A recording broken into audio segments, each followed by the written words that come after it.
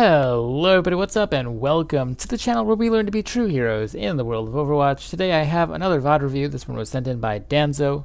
He's going to be playing Reaper and I believe that he is in mid to upper, maybe silver. I don't know because he didn't include it in the email and not many of you are actually including your rank in the email, which makes me sad because I like to get all different skill levels and just to show a variety, and it's hard to sort through it when only about a quarter of them actually say their rank, and usually those are the people in platinum or diamond or upper gold or something like that. So anyway, let's get into the game. So Reaper's role is a flanker diver. He's more of a frontline DPS, so you really have to get in and get back, but he doesn't have that great of mobility options, so it can be difficult sometimes. Now he's going to try to find a way. He's going to wind up shadow stepping here, but this is super ultra dangerous. I'm surprised he doesn't get headshot by the Widow here or hooked or anything, because he's actually vulnerable for this entire period. Like once he appears like now, he's vulnerable. He can get shot, but apparently no one was looking, so it's fine. He winds up dropping down.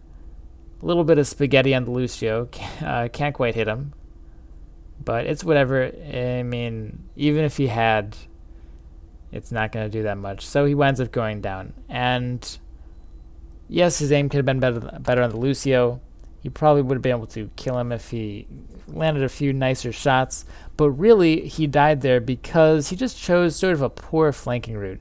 Now let's take a look at King's Row and see the various ways you can get into the point. So here we are, I'm on Reaper, and it begins at spawn. Now this is not just for Reaper, this is for every hero, the entire team. It begins at the spawn. There's multiple exits you can take. And the most natural one that people mostly go through is the center, just because it's front and center. It looks like the main exit. But on King's Row, specifically, the center entrance or exit is actually the worst. There's pretty much no benefit to going through the center. You come through, you have that angle that Widow can be peeking you from over there. You have this big angle that people can be shooting you from all down here. Same thing there. There's another one. Lots of places you can be getting shot from while you're walking up, and you're not even fighting it. You're just walking up. This is you being shot at that entire time.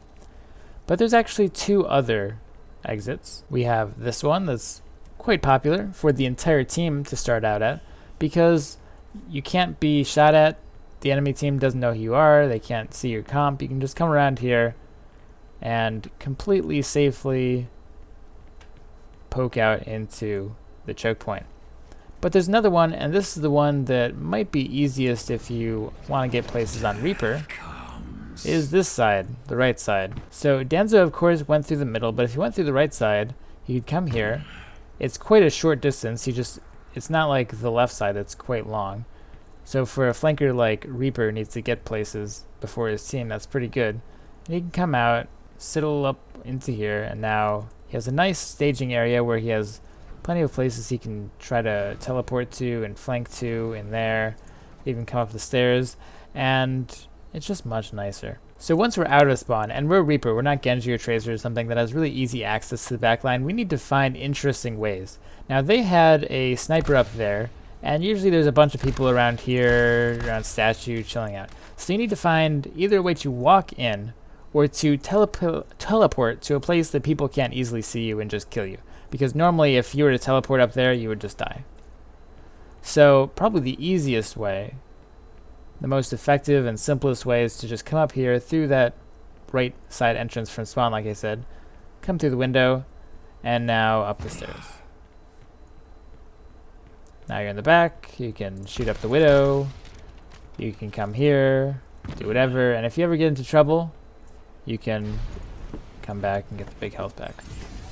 As for some decent teleports, it depends on where they're holding. Now, if there's no one up, if you know that no one's looking up there, you could actually do this teleport from here. That would be if their entire team is looking directly on this sight line.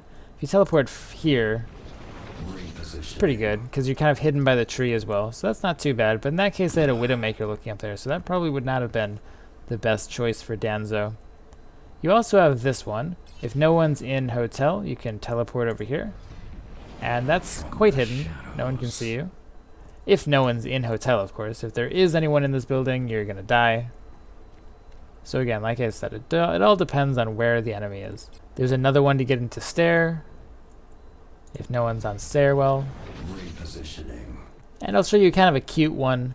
This is really, really dependent on them not looking behind them, so you have to be paying attention to what they're doing. But if you stand here, you can teleport straight behind everyone. That's if they're really pushed up like this, standing on the ledge, and just all focusing on front.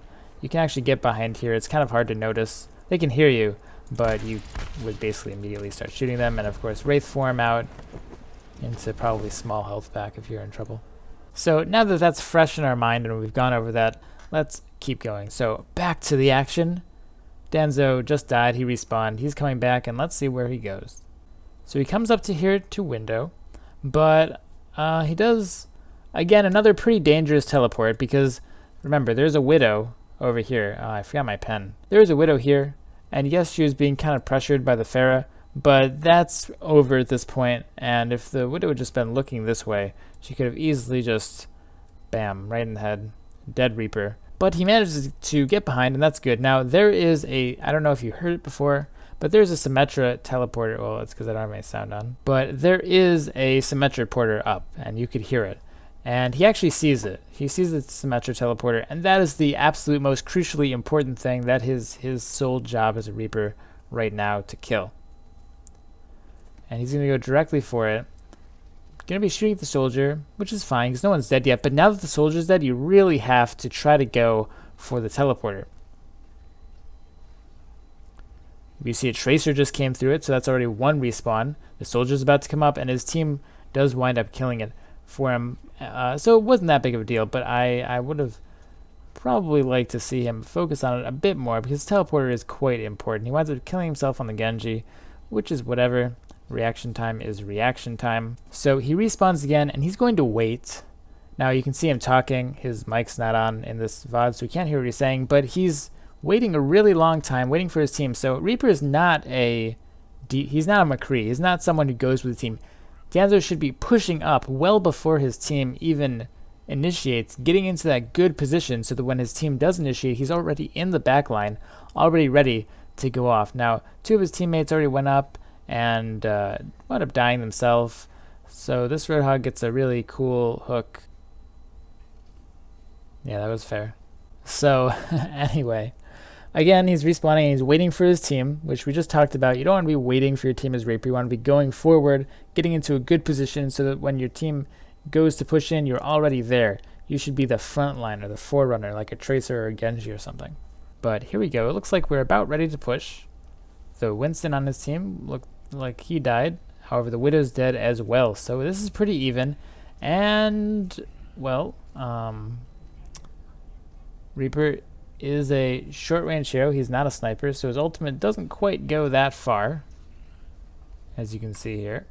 Plus, in general, unless you're really, really desperate, like unless it's last-ditch sort of scenario, you don't want to ult right in people's faces, because if all they have to do is just look up and shoot you in the head a couple times and you're dead, because you have pretty much no mobility. You're very, very easy to kill. Plus, if they have an Ana, anything like that, McCree, they can just stun you out of it. You generally want to go for the sneaky back ults. But anyway, we're going to do some flankeronis, which is good. I like this. This teleport looks kind of unsafe, but it actually is fine because of the angle that people on the low ground can't see him from there. So he's going to wind up seeing the Genji and getting a nice pick. So that's quite good. And this is a good way to go around flanking, but he winds up just jumping straight down, which doesn't matter because his Pharah just killed everybody. But you generally don't want to jump straight. Like if someone sees you, you just want to chill, maybe go around a little bit more, wait for it to calm down, and then jump down. You don't want to just be like, oh, someone saw me, I better quickly jump down, because it's quite dangerous. But it's alright though, we are pushing the cart right along. We actually wind up taking the second checkpoint, no problem, but something I want to talk about a little bit right now is crosshair placement. So this has to do a little bit with aim, and Danzo has kind of poor crosshair placement. Now you're going to see, look where his crosshair is as he comes around the corner here, and this is something that will help everybody out. Everyone can benefit from better crosshair placement. He's going to come around the corner, and you can see that as he actually came around, we're going to check that, and you can see that as he actually turned the corner, his crosshair is here. No one is here. Someone could be here, though, popping around the corner. So his crosshair should be here. Still, someone could be here, and he's not looking. And finally, oh, there is someone there. It's a roadhog. Plus, also, head level is up here-ish, depending on the height of the character, but somewhere in this area. Danzo's been doing a lot of looking at the floor this game. So he's actually looking at Roadhog's feet right now. If he had proper crosshair placement, his crosshair would already be right here, and he could just click the button. But now, he needs to do this big flick to actually get to the Roadhog. And we're going to see that instead of getting a headshot, he wound up getting a body shot. And he also didn't see the Roadhog until quite a while. If he had seen him a little bit earlier, he would have been able to back off and maybe even win the fight. At least back away. Looking at the floor, looking at the floor, and looking at the floor while using the command wheel. So that's an extra little bonus. So yeah, crosshair positioning, quite important. I do suggest that you pay attention to it yourself for your games too, on any hero. So Danzo's going to get this nice teleport, and we were talking about it before. This, maybe it's a little bit unsafe. He could have been like maybe back here a little bit more to be a little bit better hidden. But no one's looking at him right now. This is quite a good teleport. This is what Reaper's supposed to do. And as a result, it's a beautiful thing. You done good, Danzo. You done good. So he gets a quad kill. Pentakill, actually. So the other team is going to be respawning soon, and here Danzo backpedals. He retreats and goes back to his team, which was not the correct play. Like I said, he's Reaper. He needs to be up in their face, keeping him from getting out of the door. Of course, if he gets in trouble, he can always use Wraith form to get away, but as a result, the other team is going to have lots of room to just get out of the spawn, get into good positions, and his team's going to wind up getting pushed back. So we're here on the final push, and if you remember correctly, their team actually has a Bastion. So the Bastion is 100% the key target to be taken out. Now the other team's Pharah is dead. Danzo's going to drop down here, and remember, Bastion. Danzo should be focusing on the Bastion right now, because as long as Bastion lives, their team can't push in, and he was actually quite close. So the Bastion is right here. As Danzo turns around for a second, he will see it. So yes, the Bastion is right here. If Danzo had just gone straight here, he could have pretty easily killed the Bastion, Wraith formed away perhaps, or maybe died and then got rezzed anyway. And his team probably would have had a better chance at pushing through this fight. But as it is, he winds up having to back off because the Bastion's shooting at him quite a lot. He did get a kill on the Roadhog, which is quite nice. He's going to come in here and actually pick up another kill, this time on the Lucio, I believe. Yeah, which is also quite nice. But again, priority targets. The Lucio is quite a nice target to take out, but the Bastion, if you're not taking out the Bastion, there's no way your team can ever push through. And that's about it for this review. I'm going to cut it a little bit short just to do this one side because we've gone over quite a few things already. Now, one last thing I want to point out before I answer a couple of Danzo's additional questions is that, and Danzo actually mentioned this in his email, that he always gets gold and he doesn't know what's up, why he can't climb. And I see this almost like a meme at this point where people are like, I get gold and I can't climb. Or like I have 5 people trash talking in games saying they have 5 golds or whatever. Danzo actually has 2 golds and then silver damage. That sounds pretty good, right? I got gold limbs, objective kills, silver damage, but clearly, and you know, Danzo, I love you, bro, but clearly his play was not exactly top tier in this match. There were tons and tons of things he could have improved on. His aim wasn't that great, his positioning wasn't that great. He didn't do too much except for that one sick pentakill he got. But besides that, not that great, and he's still got all these golds and silvers and stuff, so the medals don't really matter, guys. The medals, the limbs, the objective kills, the damage, all that stuff, the way it's set up in Overwatch really does not matter a lot. Now, it is indicative of something in a certain context, but don't just be like, oh, I have golds, which means I played well. So Danny has a couple other questions, the most important of which I think is that he says he deals with anxiety, ranked anxiety. He has a hard time playing in matches because if he makes a mistake early on, he finds himself getting so upset and tilting, and it's hard to actually progress through.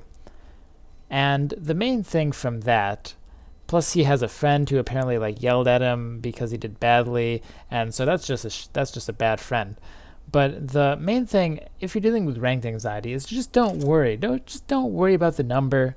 Don't worry about any of that stuff. Just play, have fun. First of all, I know that's cliche. Have fun, improve, try your best. And the main thing is have confidence. Now, I know it's hard to have confidence if you're bronze or silver, or like you feel like you're not that good. It's hard to have confidence. Oh, there's a skill rating, by the way, 1600. So I understand where you're coming from. But if you can't have confidence in your own skill, if you're not at that point yet, then at least have confidence that you're going to try your best. Have confidence that you are going to have a good attitude. Have confidence that you want to go in, you want to learn stuff, and you're going to try your best to win. Now, if you can't have confidence in that, maybe you should reassess your attitude. But I think most people can definitely at least resonate with that idea, right? So if you have that confidence, if you're going in saying it's just a game, I'm going to play as well as I can, not worry about my rating. Don't worry about what your team says either, because remember, your teammates are just as bad, if not worse, than you. So if your teammate is calling you bad, I mean, like, it's not like God is coming up to you and saying, you are terrible at Overwatch, I judge you, or something like that. It's just some random guy. It's Jianbo or someone, Yara JC, some random silver player calling bad. Who cares, right? So I know it's hard, and I could go on for hours about this, make a giant lecture, but I'm just going to cut it off here. Just chill out, be yourself, and you'll be fine. Just calm down a little bit. And steer away from friends who yell at you and rage at you. Those are just really terrible. Two other very, very, very brief questions. How about diet and supplements, like I guess drug supplements for mental clarity? Caffeine, stuff like that. I don't drink coffee or I don't drink coffee or anything like that.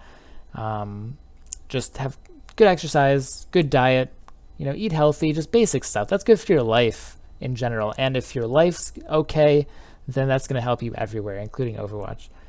And also, how do I not get faked? Like, how Tracer has to fake out the McCree, the flashbang, and stuff like that. That's something I can't explain, really. That's something you just have to have experience. What I suggest is if you know someone who's a good McCree player and you want to try to practice 1v1ing McCree, play against them. A lot, like say, hey, let's go 1v1. It'll benefit both of us, and you'll slowly learn the meta game of the mind games of like faking out the Genji deflect or the McCree deflect or anything like that. It's just experience. I literally cannot, unfortunately, explain it to you, but definitely go into 1v1s with players of the appropriate heroes, and that might help you out a lot.